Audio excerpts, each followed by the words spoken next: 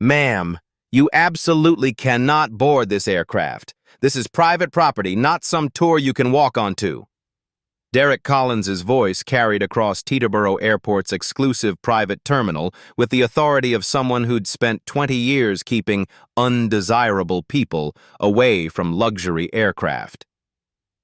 The ground crew supervisor stepped directly into Amara Sterling's path, his bulky frame blocking access to the gleaming Gulfstream G650. The $60 million jet sat on the tarmac like a monument to wealth and power. Its pristine white fuselage caught the morning sunlight, the tail number N650SA visible in bold corporate lettering that spoke of serious money.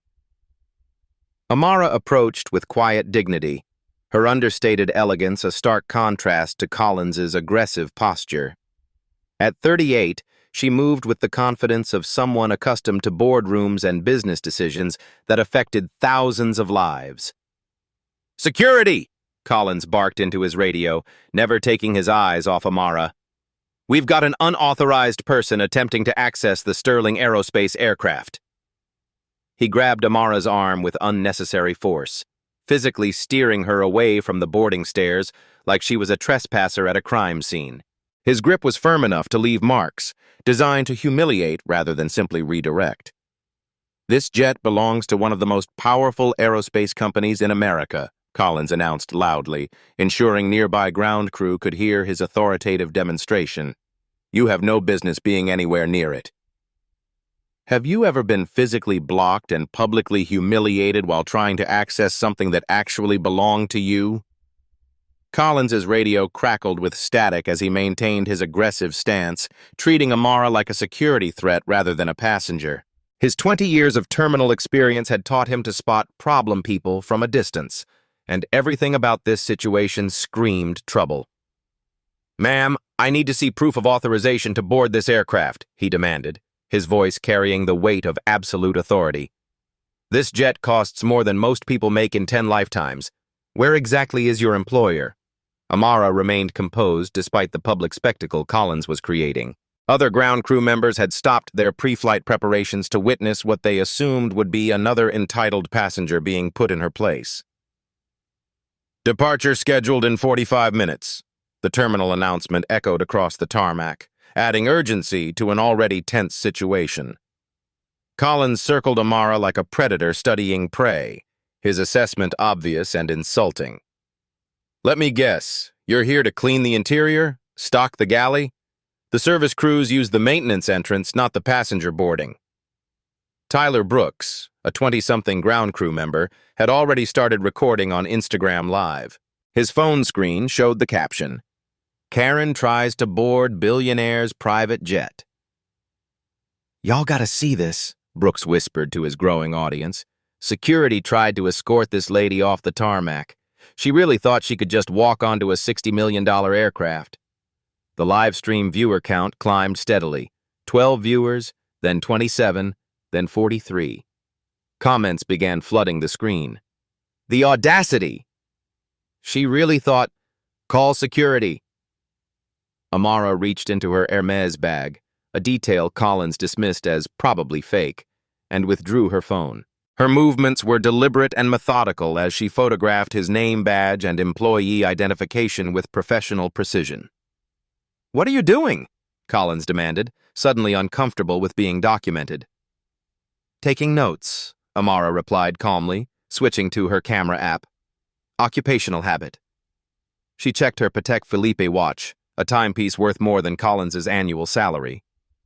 Swiss engineering reflected light like a status symbol he couldn't afford to understand. "Ma'am, this aircraft belongs to Sterling Aerospace Corporation," Collins continued, his voice growing more authoritative. "One of the largest defense contractors in the United States. They don't appreciate unauthorized personnel near their equipment." "Yes, I'm quite aware of the ownership details," Amara said quietly. "Are you here as cleaning staff? Kitchen prep? The service teams have specific protocols and access points." Collins gestured dismissively toward a side entrance marked Service Personnel Only. The assumptions kept coming like verbal punches, each one more insulting than the last. In Collins's mind, there was simply no scenario where this woman belonged anywhere near a corporate jet worth more than most people's homes. Brooks's Instagram audience had grown to over 100 viewers, with comments coming faster than he could read them. Someone had screenshot the aircraft's tail number and was researching the registration details. "That's N650SA," one comment read. "Sterling Aerospace. That company's worth billions." Amara opened her phone's notes application and began typing with the efficiency of someone documenting evidence for future reference. Every word Collins spoke, every gesture he made, every witness present, all recorded with methodical precision. "Ma'am, are you seriously taking notes about me doing my job?" Collins's confidence wavered slightly as he watched her systematic documentation. "I document everything that might be relevant later," Amara replied without looking up from her screen. The phrase hung in the air like a warning Collins was too arrogant to heed. Her calm competence was beginning to unnerve him, but his pride wouldn't allow retreat. "Look, I understand you might be confused about where you belong," Collins said, attempting a patronizing tone that came across as pure condescension. "But this is a restricted area for authorized personnel only. I'm just following security protocols to protect valuable corporate assets." "Security protocols," Amara repeated thoughtfully. "And who exactly authorized you to implement these particular protocols?" The question contained layers of meaning Collins couldn't grasp. His security training had covered trespassing and unauthorized access, but it hadn't prepared him for someone who spoke like she understood corporate hierarchies better than he did. Brooks's live stream had attracted nearly 200 viewers now, with people sharing the video across multiple social media platforms. The hashtag #PrivateJetKaren was beginning to trend locally as aviation employees from other terminals gathered to watch the confrontation. 37 minutes until departure, another announcement reminded everyone that time was running short. "I'm calling this into management," Collins declared, reaching for his radio again. "We can't have random people disrupting flight operations." "Please do," Amara encouraged, her voice carrying a confidence that should have warned him. "I'd very much like to speak with your management team." Collins paused, momentarily confused by her eagerness to escalate the situation.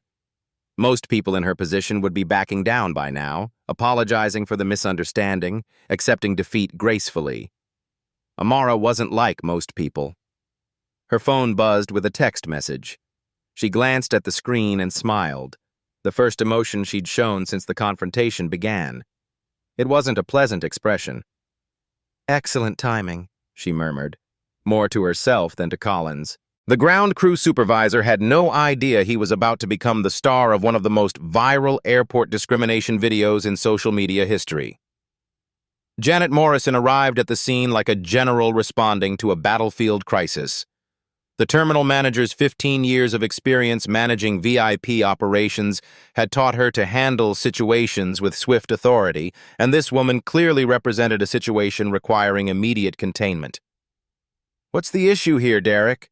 Morrison addressed Collins directly, treating Amara like a piece of problematic luggage that needed relocating. "Unauthorized access attempt," Collins reported with military precision. "Subject refuses to provide employment credentials or service authorization. Claims she has business with the Sterling Aerospace aircraft." Morrison's assessment of Amara was quick and dismissive. Professional attire couldn't hide what she assumed was obvious. Another social media influencer trying to create content with expensive backdrops. "Ma'am, we cannot permit unauthorized personnel near corporate aircraft," Morrison announced with the finality of airport security policy. "This is private property with restricted access protocols." The livestream audience had grown to over 400 viewers as Brooks adjusted his angle to capture both women clearly. His commentary provided real-time analysis for his digital audience. "Now we got the manager involved, y'all. About to get real interesting up in here." Comments flooded his screen faster than he could read them. "Get her badge number! This is discrimination! Call the news!" Airport security guard Rick Peterson approached with measured steps, his radio crackling with routine chatter from other areas of the terminal. His presence wasn't overtly threatening, but the implied authority was unmistakable. 32 minutes until departure window, the automated announcement echoed across the tarmac, adding urgency to the escalating confrontation. Look, Morrison said, adopting what she probably considered a reasonable diplomatic tone. Maybe there's been some confusion about your purpose here. We can arrange alternative transportation to wherever you need to go. Her suggestion carried the weight of bureaucratic inevitability. Most people would accept the path of least resistance, grateful to avoid further public humiliation. Amara's pen paused over her phone screen. Are you asking me to leave, Ms. Morrison? I'm offering a solution that works for everyone involved. Based on what specific assessment criteria? The question hung in the air like a legal trap waiting to spring. Morrison glanced at Collins, who was now fidgeting with paperwork he didn't need to handle. The confrontation wasn't following standard patterns. Based on maintaining security protocols and ensuring smooth operations for our legitimate passengers, Morrison said finally, gesturing toward the aircraft. The legitimate passengers comment sparked outrage across Brooks's live stream. Screenshots were already being shared on Twitter, with #private jet discrimination gaining momentum beyond the local aviation community. A woman in business attire near the terminal windows was typing furiously on her laptop, live tweeting every development for her corporate aviation industry followers. Her network included journalists who specialized in transportation discrimination stories. Ms. Morrison, Amara said, her voice acquiring a new edge of bureaucratic precision, what's your employee identification number and direct supervisor's contact information? Excuse me? For my documentation purposes, I assume you maintain records of all passenger interactions? Morrison's professional smile flickered like a light bulb about to burn out. Ma'am, you're not entitled to employee information during routine security procedures. Amara's responding smile was sharp enough to cut through Morrison's confidence. Actually, federal aviation regulations require terminal operators to provide identification when requested during discrimination complaints. 14 CFR Part 158, if you'd like to verify. The specific legal citation landed like a precision strike. Morrison stared at her, processing the implications of someone who quoted federal aviation regulations from memory while standing on a tarmac where she wasn't supposed to belong. Collins leaned over to whisper in Morrison's ear, but his attempt at discretion was theater quality obvious. His stage whisper carried to everyone within 30 feet. Probably saw it on Google. You know how they try to sound official when they're caught where they shouldn't be. The comment detonated across social media in real time. Brooks's live stream exploded with outraged responses. Screenshots were spreading across Twitter faster than wildfire, with aviation lawyers already commenting on the legal implications. Security guard Peterson shifted uncomfortably, suddenly aware that his routine call was becoming something much larger. He'd been trained to handle unruly passengers and minor disturbances, not viral discrimination incidents with potential federal implications. Ma'am, Peterson interjected carefully, I'm going to need to see some identification and verification of your business here. Standard protocol for restricted area access. The request was reasonable under normal circumstances. Professional protocol. Completely routine for airport security. These weren't normal circumstances. Amara looked at the 3 uniformed personnel now surrounding her in a loose semicircle. Collins hovering with aggressive authority. Morrison wielding administrative power like a weapon. Peterson represents federal security oversight. The digital audience watches through multiple camera angles, the physical crowd pretending to mind their own business while hanging on every word. The corporate aircraft sitting behind them is like a $60 million piece of evidence. She opened her laptop bag with deliberate slowness, the expensive leather case revealing high-end technology and professional documentation that most passengers would never carry. Corporate letterhead, legal documents, business cards with titles that demanded respect. Verification, she repeated thoughtfully, her fingers moving toward materials that would change everything.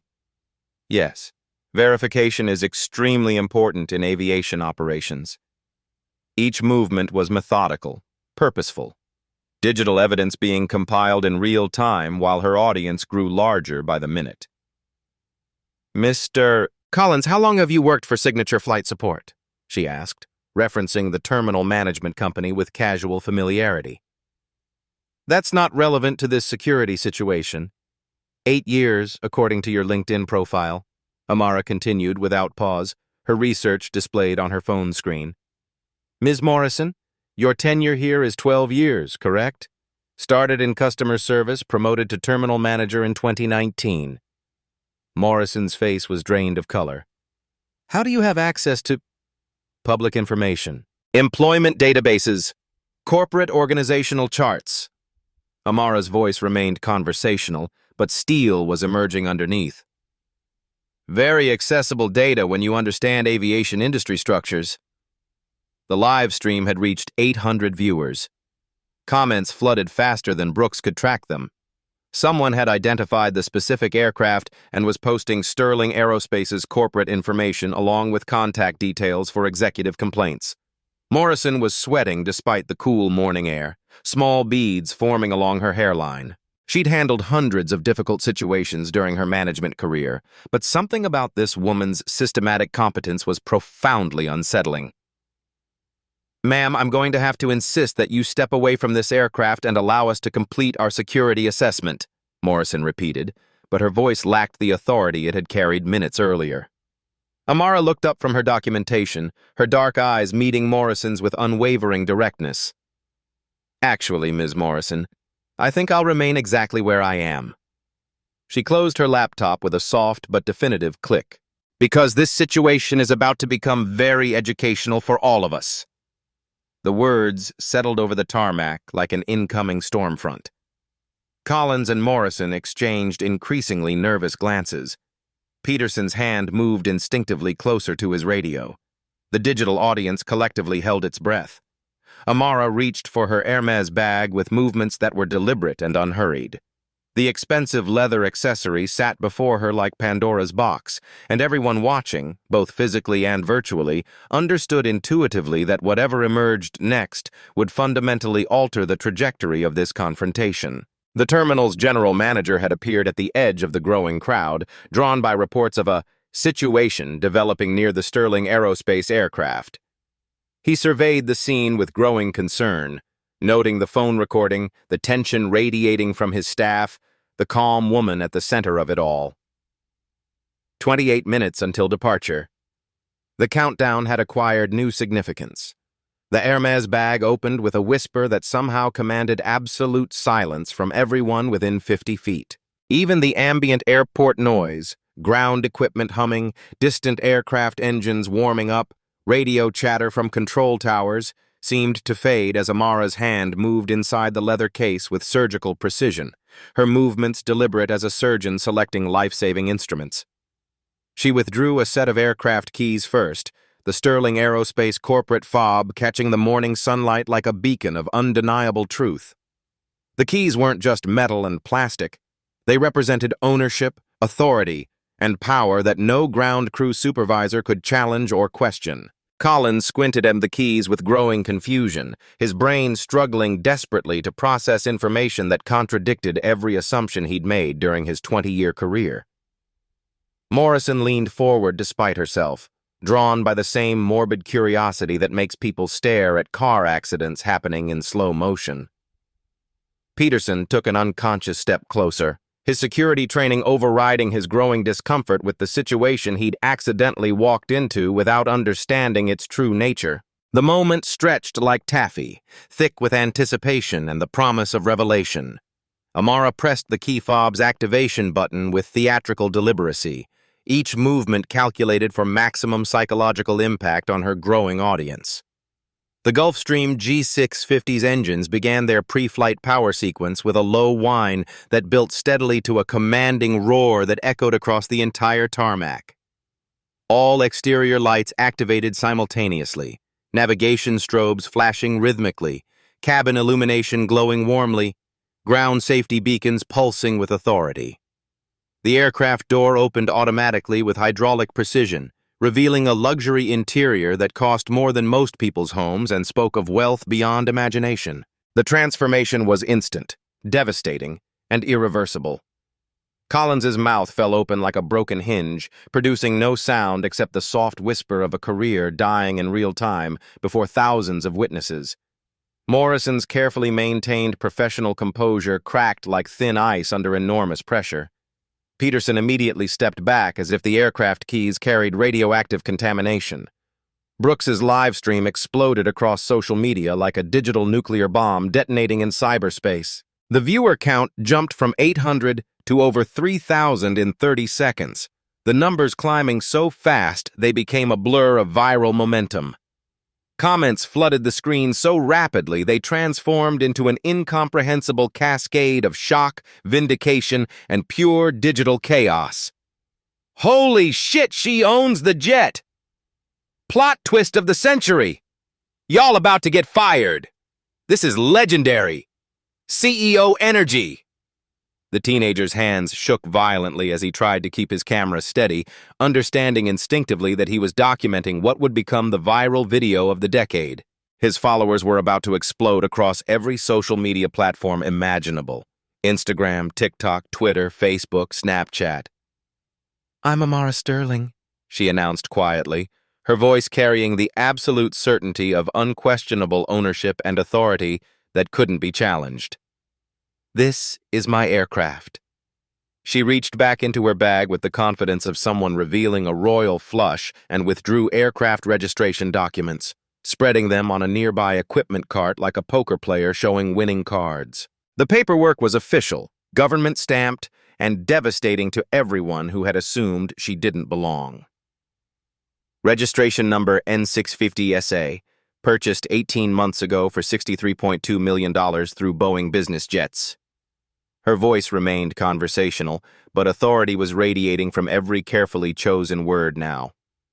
Fully owned by Sterling Aerospace Corporation, free and clear of any liens or financing arrangements. Collins looked at the registration documents with growing horror, each official seal and signature representing another nail in his professional coffin.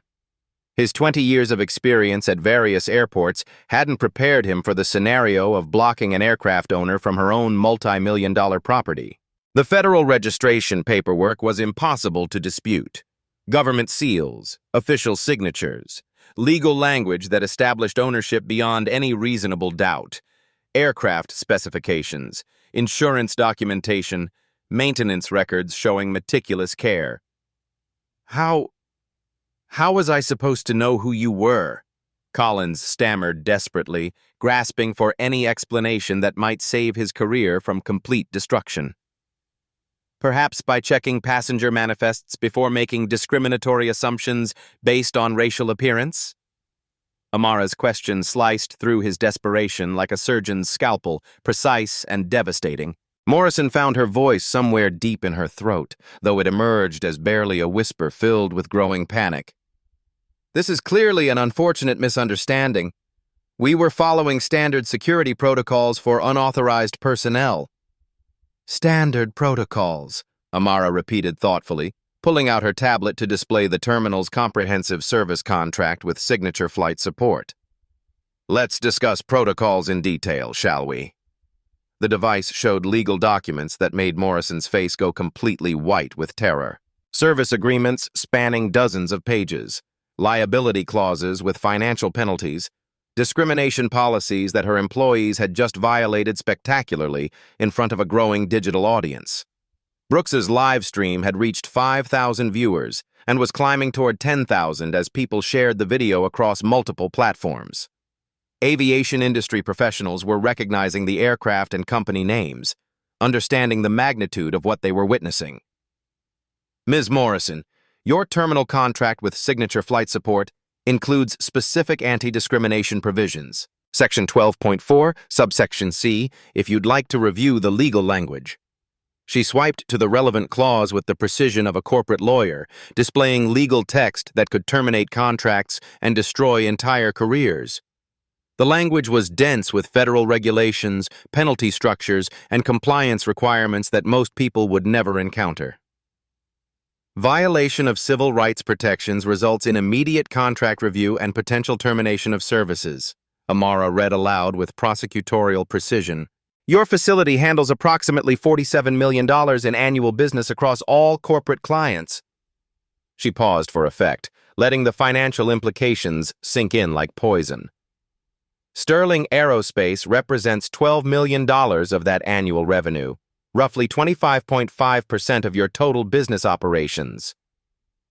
The financial mathematics were crushing Morrison like an avalanche of consequences she'd never considered.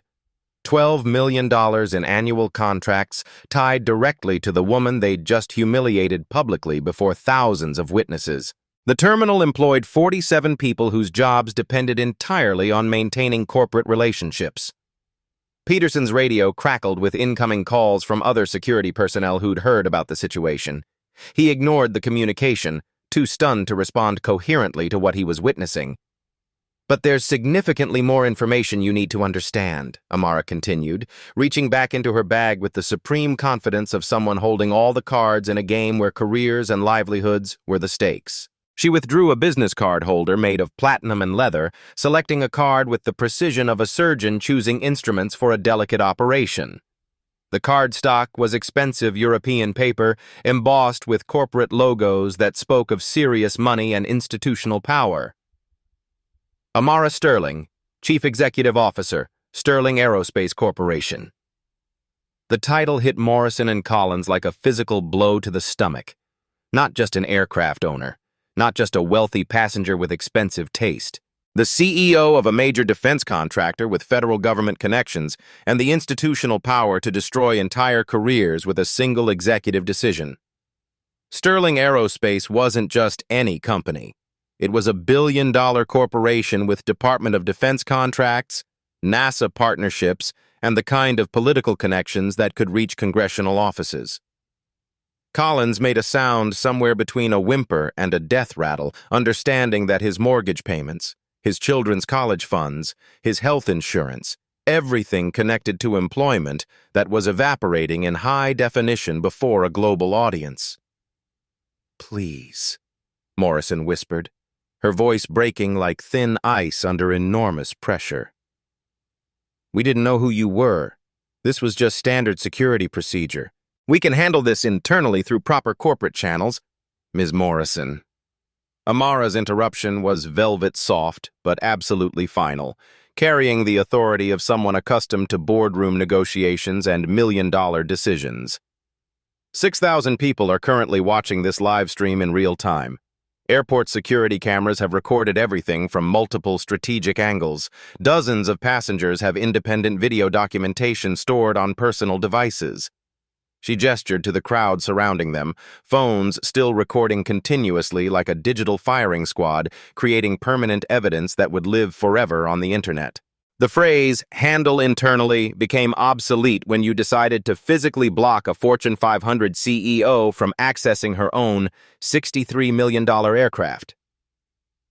The live stream had reached 8,000 viewers, with local news outlets starting to monitor the story through social media algorithms.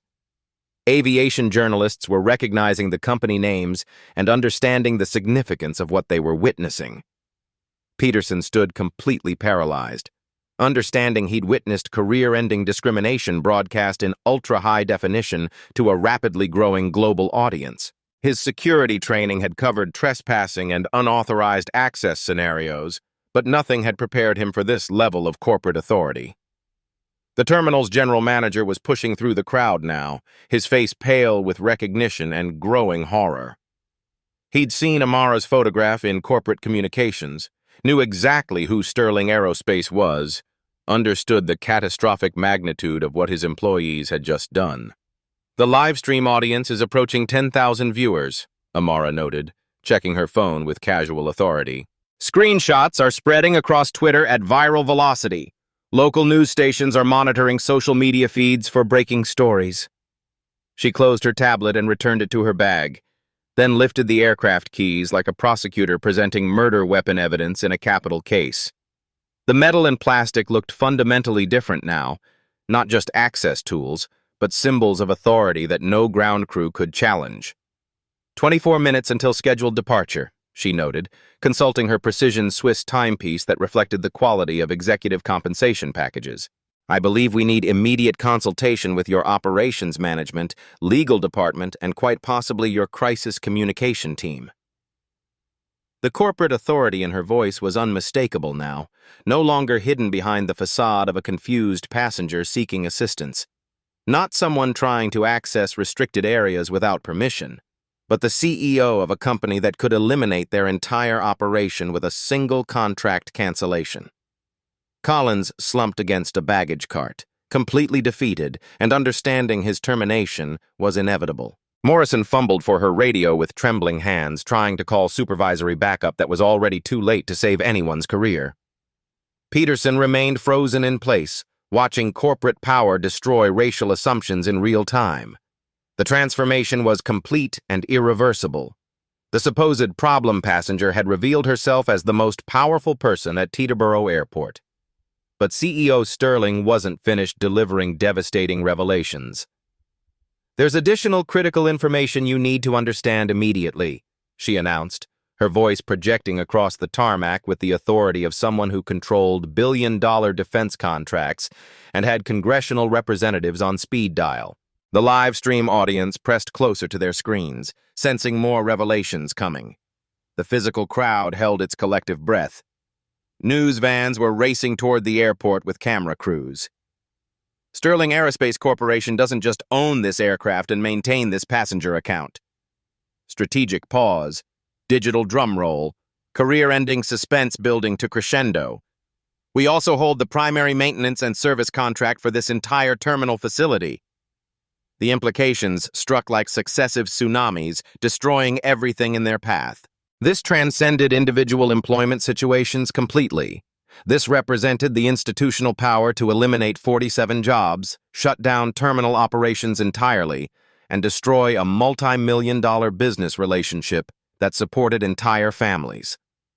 The viral video was metamorphosing into a corporate apocalypse broadcast live to a global audience that would remember this moment forever. Stock prices would fluctuate based on social media sentiment. Corporate executives would demand detailed explanations. Congressional representatives would ask pointed questions about discrimination in federally regulated transportation facilities. The quiet woman they'd dismissed as a security threat controlled their entire professional existence. American capitalism had just revealed its true power structure in real time. The terminal's general manager, William Hayes, arrived at the crisis scene like a fire chief responding to a 5-alarm blaze that threatened to consume everything he'd built over 15 years of careful relationship management. His face was ashen with recognition and growing horror as he absorbed the magnitude of what his employees had just done. "Ms. Sterling," he said, his voice carrying the desperate respect of someone trying to prevent a corporate catastrophe. "I'm William Hayes, General Manager. How can we resolve this situation professionally and immediately?" Amara's smile was razor-sharp, carrying the cutting edge of executive authority that could slice through careers like a surgical blade. "Mr. Hayes, your employees just violated multiple federal statutes and contractual obligations in front of a digital audience that's now approaching 12,000 people."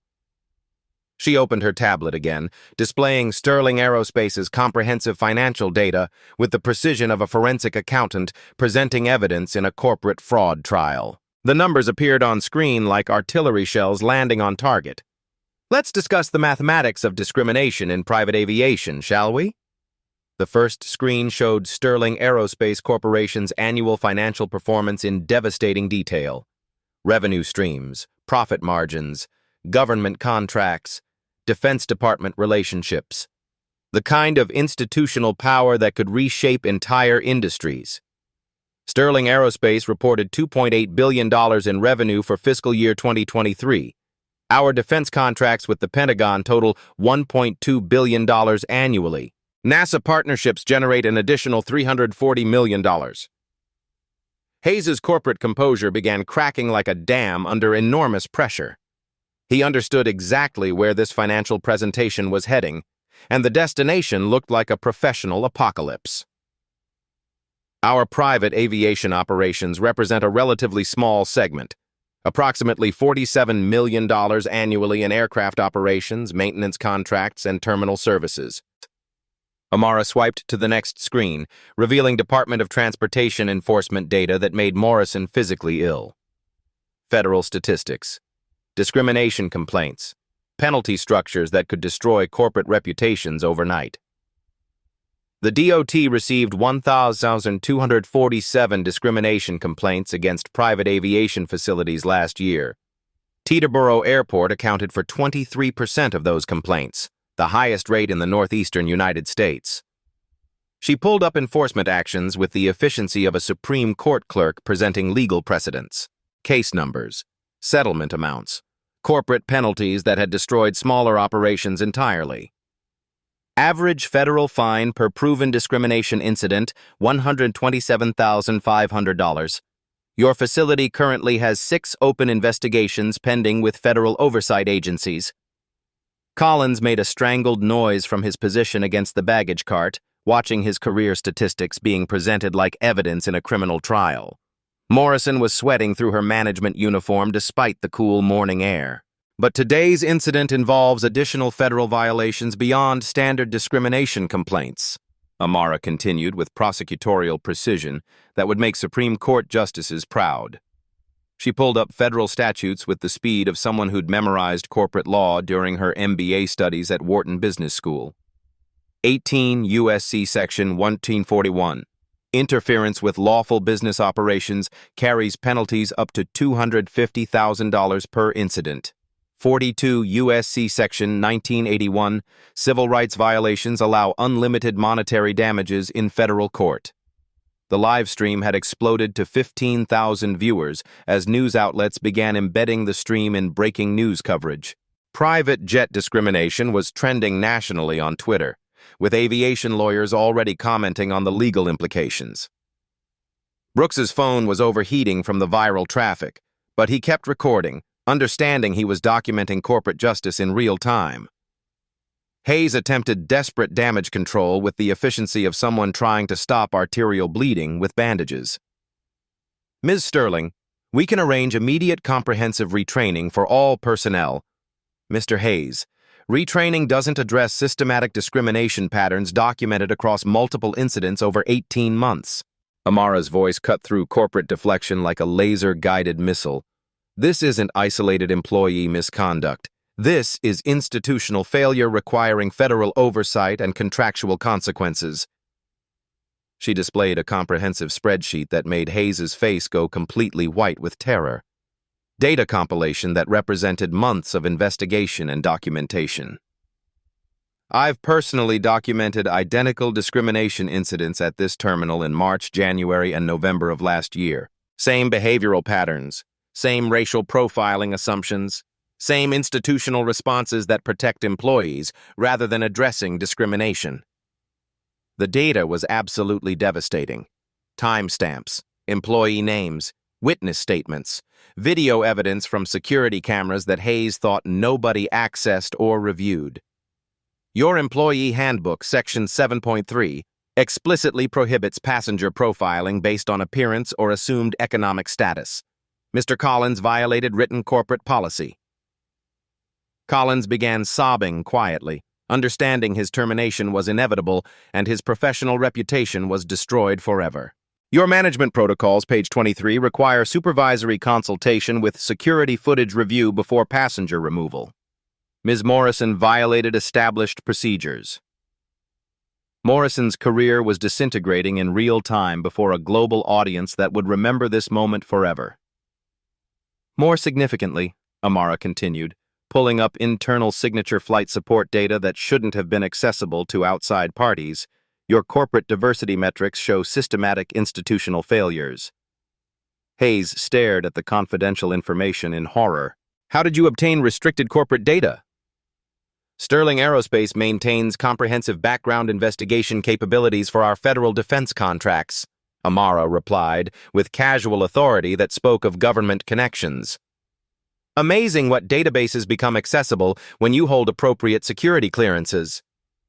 The revelation sent shockwaves through the growing crowd and live stream audience. A Fortune 500 CEO with federal security clearance access to corporate databases was every terminal manager's absolute worst nightmare scenario. African American passengers filed discrimination complaints against this facility at rates 340% higher than statistical population representation, she read from internal corporate metrics. Latino passengers, 280% higher. Asian passengers, 190% higher.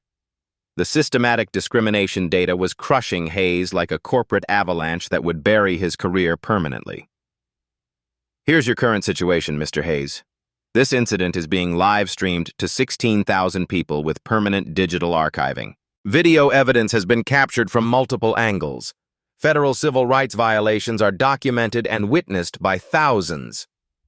Amara's tablet displayed a breakdown of potential consequences that read like a corporate death sentence written in legal terminology. Option 1. Immediate termination of involved employees pending federal investigation.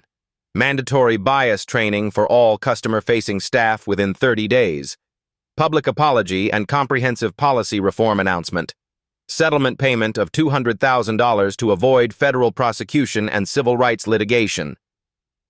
Hayes calculated rapidly, his mind racing through financial implications. The settlement was expensive but manageable compared to federal court proceedings that could drag on for years. Option 2. Federal civil rights investigation proceeds with full legal discovery and subpoena power. Congressional subpoenas for executive testimony on systematic discrimination. Department of Justice prosecution under federal civil rights statutes. Potential criminal charges for institutional discrimination patterns.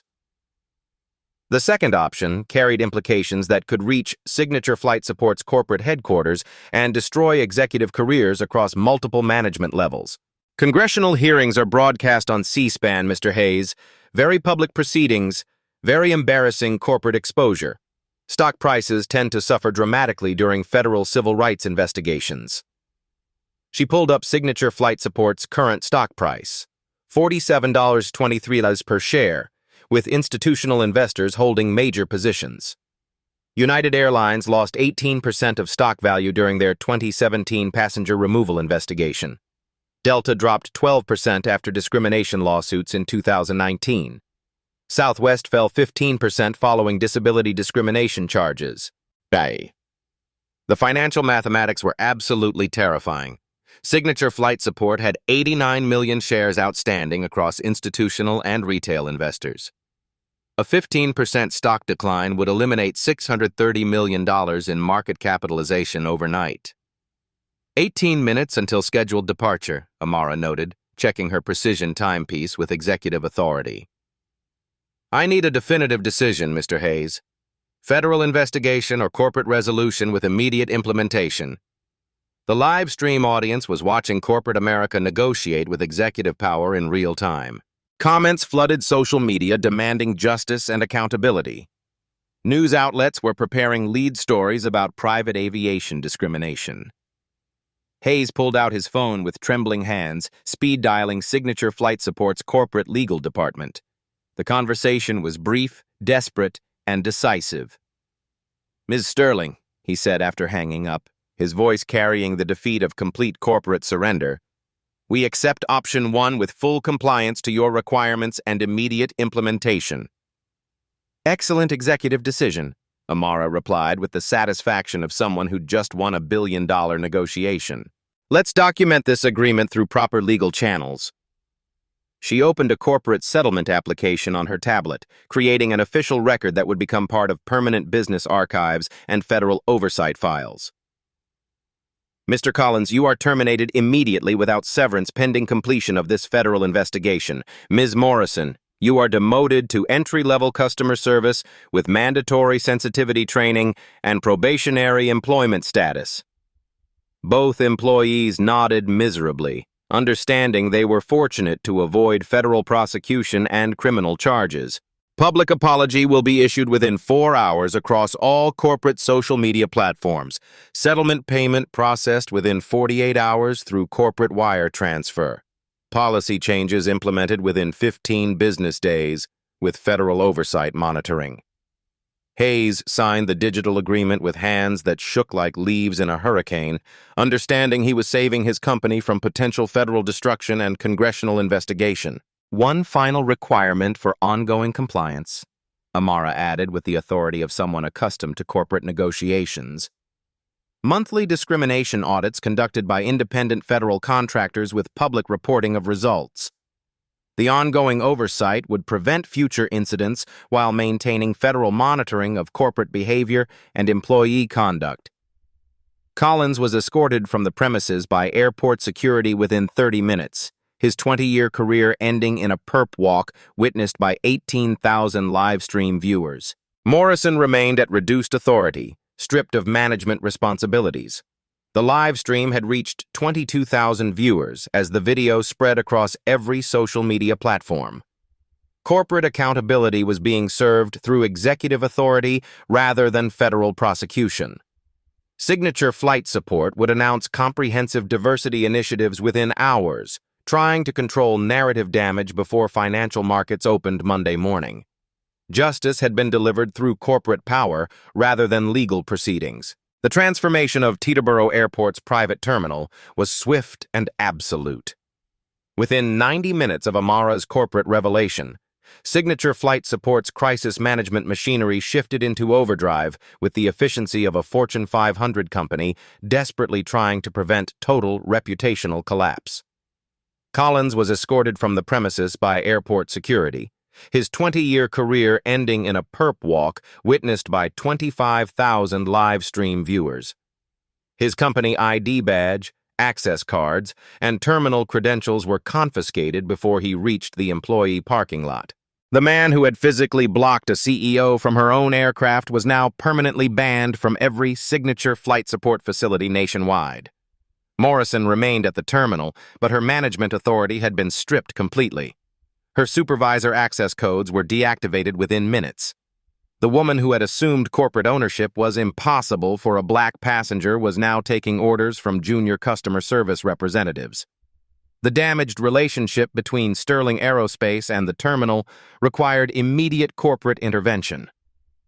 Hayes worked frantically on his laptop, coordinating damage control from the gate area itself. The optics mattered, resolving the crisis publicly where it had exploded, rather than hiding behind closed boardroom doors and corporate spin.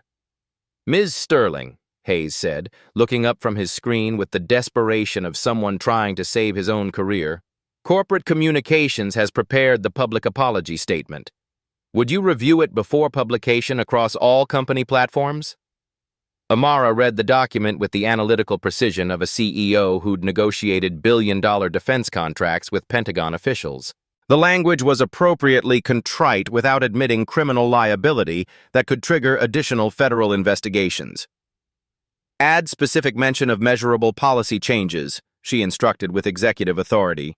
"Passengers need concrete actions with timelines, not corporate platitudes and empty promises." The revised apology was posted to Signature Flight Support's social media accounts within 2 hours of the incident. It acknowledged inappropriate employee conduct, announced immediate termination and demotion, and detailed comprehensive policy reforms already being implemented across all terminal locations. The settlement payment of $200,000 was processed through corporate wire transfer systems with the speed that only institutional money could command. Half would fund civil rights organizations focused on transportation equality. Half would establish passenger advocacy programs at minority-serving universities. But the most significant changes were systematic rather than financial. Signature Flight Support's Excellence Through Inclusion customer service protocol launched within 72 hours across all corporate locations. Every terminal employee would receive 40 hours of bias recognition training instead of the previous 4-hour diversity orientation. Role-playing scenarios would include executive encounters, cultural sensitivity situations, and discrimination prevention protocols. A passenger advocacy application was developed and deployed within 10 days. Travelers could report discrimination incidents directly to federal oversight agencies through encrypted submissions that bypassed internal corporate filtering systems designed to suppress complaints. Monthly discrimination audits became mandatory across all signature flight support facilities nationwide. Independent federal contractors would review customer complaints, employee conduct records, and security camera footage to identify pattern discrimination before it reached viral video status. The terminal body camera program launched at 15 major airports within 30 days. Gate agents, security personnel, and customer service managers were required to wear recording devices during all passenger interactions. The footage would be reviewed by federal oversight teams and made available for discrimination investigations. Customer complaint response times were reduced from the industry standard of 10 business days to 12 hours maximum. Every complaint would receive individual investigation with documented resolution provided to both the passenger and federal monitoring agencies. Executive compensation was restructured across signature flight support to include discrimination metrics in performance evaluations. Customer service violations would directly impact corporate leadership bonuses. Systematic bias patterns would trigger executive performance reviews that could result in termination. The $100,000 donation to civil rights organizations was announced with significant corporate publicity, but the ongoing monthly audit costs would exceed that amount every quarter. Real change was expensive, which made it effective and sustainable. Congressional representatives began drafting the Private Aviation Passenger Rights Act within a week of the viral video. The legislation would require federal discrimination reporting across all private transportation industries. Amara's incident had become the catalyst for nationwide policy reform. Other private aviation companies preemptively updated their policies rather than risk similar viral exposure and corporate destruction. NetJets, FlexJet, Wheels Up, and VistaJet all announced enhanced diversity training programs before federal pressure could force compliance. The ripple effects extended beyond aviation into luxury service industries. Five-star hotels, exclusive restaurants, and private clubs began reviewing their customer service protocols. No corporation wanted to become the next viral discrimination case study with congressional oversight. Amara's strategic approach had demonstrated the power of corporate authority over emotional confrontation. She hadn't raised her voice, made personal threats, or demanded special treatment. She had simply revealed her institutional power at the precise moment when it would create maximum systematic change. The live stream video exceeded 3 million views within a week across all platforms. Hashtag Own Your Space became a rallying cry for minority business owners. Corporate power inspired countless social media posts about economic authority overcoming racial assumptions. Hayes was transferred to corporate headquarters to oversee the new discrimination prevention program nationwide. His crisis management skills had saved signature flight support from federal prosecution, earning him a promotion despite presiding over the initial incident. The Teterboro terminal was redesigned with improved passenger comfort features and cultural sensitivity displays. A memorial plaque, discreetly placed but permanently installed, acknowledged the incident and signature flight support's commitment to excellence through inclusion. Collins enrolled in community college business management courses, trying to rebuild his understanding of modern corporate culture. His termination became a teaching moment about the cost of assumptions in customer service industries. Morrison advocated for inclusion policies at private aviation conferences, transforming her demotion into expertise about discrimination prevention. Her lived experience of witnessing corporate authority made her a credible voice for systematic reform.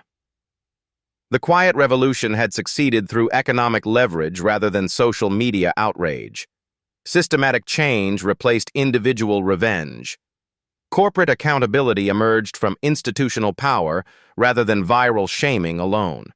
Signature flight support stock price initially dropped 4.1% on news of the incident but recovered within 3 weeks as investors recognized the company's proactive response. The systematic reforms actually improved customer satisfaction ratings and reduced legal liability exposure significantly. Most importantly, other passengers began traveling with increased confidence that discrimination would face immediate corporate consequences. The video had created a precedent that service industry employees could no longer ignore the possibility of serving executives, government officials, or other powerful individuals. Business ownership has revealed itself as the ultimate protection against discrimination in capitalist society. 18 months later, CEO Amara Sterling stood before a packed Senate Commerce Committee hearing room, her Sterling Aerospace corporate pin gleaming under C-SPAN cameras. The committee had called her to testify about systemic discrimination in luxury transportation industries. The incident at Teterboro wasn't isolated, she told the assembled senators with the calm authority that had made her a Fortune 500 leader.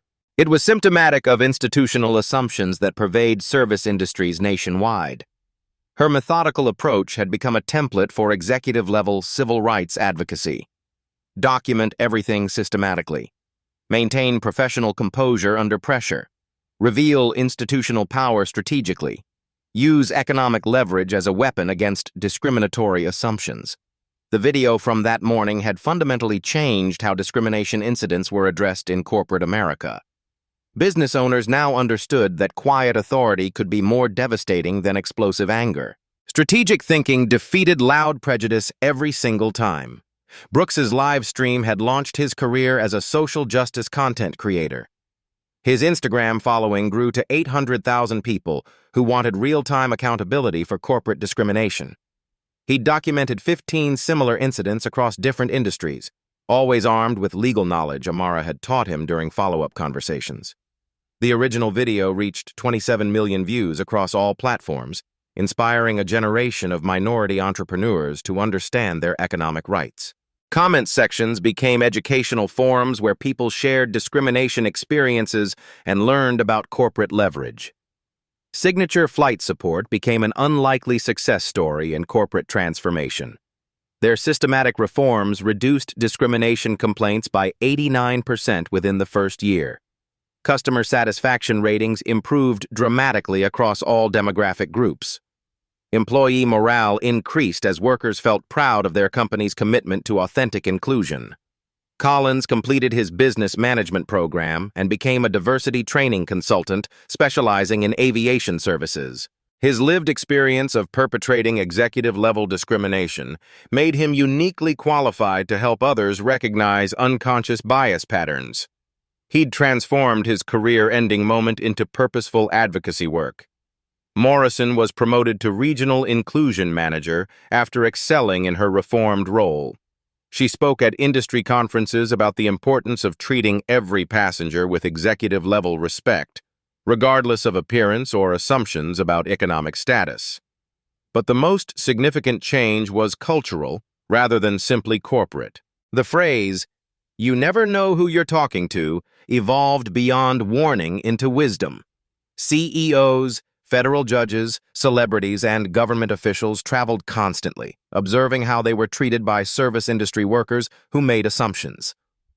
Amara's quiet power had demonstrated that authority didn't require volume or confrontation. Economic competence spoke louder than emotional appeals. Corporate knowledge was more effective than social media outrage alone. The story resonated across communities that had experienced similar assumptions about their economic status. Black entrepreneurs shared their own encounters with service industry prejudice. The video became required viewing in business school programs nationwide. Corporate America learned that viral videos could destroy decades of reputation building within hours. The cost of comprehensive bias training seemed insignificant compared to federal investigations, congressional hearings, and systematic boycotts.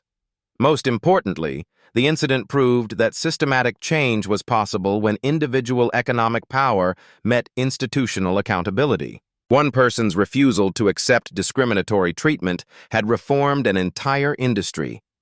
These are the real-life stories that demonstrate economic empowerment in action. Touching stories of business leaders who refuse to accept assumptions about their capabilities. Black stories that showcase the power of preparation, strategic thinking, and institutional leverage. Life stories like Amara's remind us that ownership should never be questioned based on appearance. That economic authority can move mountains of prejudice. that corporate power exists to protect entrepreneurs from discrimination, but only when people have the courage and resources to invoke it strategically. The live stream from Teterboro continues to educate new viewers every day. Business schools use it in case studies. Corporate trainers show it to emphasize the cost of executive-level bias. Entrepreneurs reference it when facing similar discrimination. Change happened because one person refused to be diminished by other people's economic assumptions. Because she came prepared with ownership documentation, institutional authority, and the strategic patience to use both effectively. If you've experienced discrimination in private aviation, luxury hotels, exclusive restaurants, or any premium service industry, remember Amara's example. Document everything systematically. Know your economic rights. Maintain professional composure. Reveal your authority when it will create maximum systematic impact. Your voice matters in fighting institutional economic prejudice. Your story could be the catalyst for industry-wide corporate reform. Your dignity is worth defending through economic knowledge rather than emotional confrontation alone. Share your discrimination experiences in the comments below. Tell us how you've used business ownership or economic leverage to combat bias. Your stories educate others about recognizing and responding to executive-level prejudice. Subscribe to Black Voices Uncut for more stories of quiet economic power overcoming loud assumptions. Ring the notification bell because these success stories need amplification across every business community. Share this video if you believe ownership should never be questioned based on racial appearance. If you understand that economic knowledge is the ultimate weapon against service industry discrimination. If you know that real change requires strategic corporate thinking rather than viral anger alone. Together, we're rewriting the rules about how discrimination gets challenged and defeated in capitalist society. One business owner at a time. One Fortune 500 executive at a time. One quiet economic victory at a time. The next time someone assumes you can't afford premium services, remember CEO Sterling. Stay professionally composed, document everything systematically, and reveal your economic power when it will create the most positive systematic change.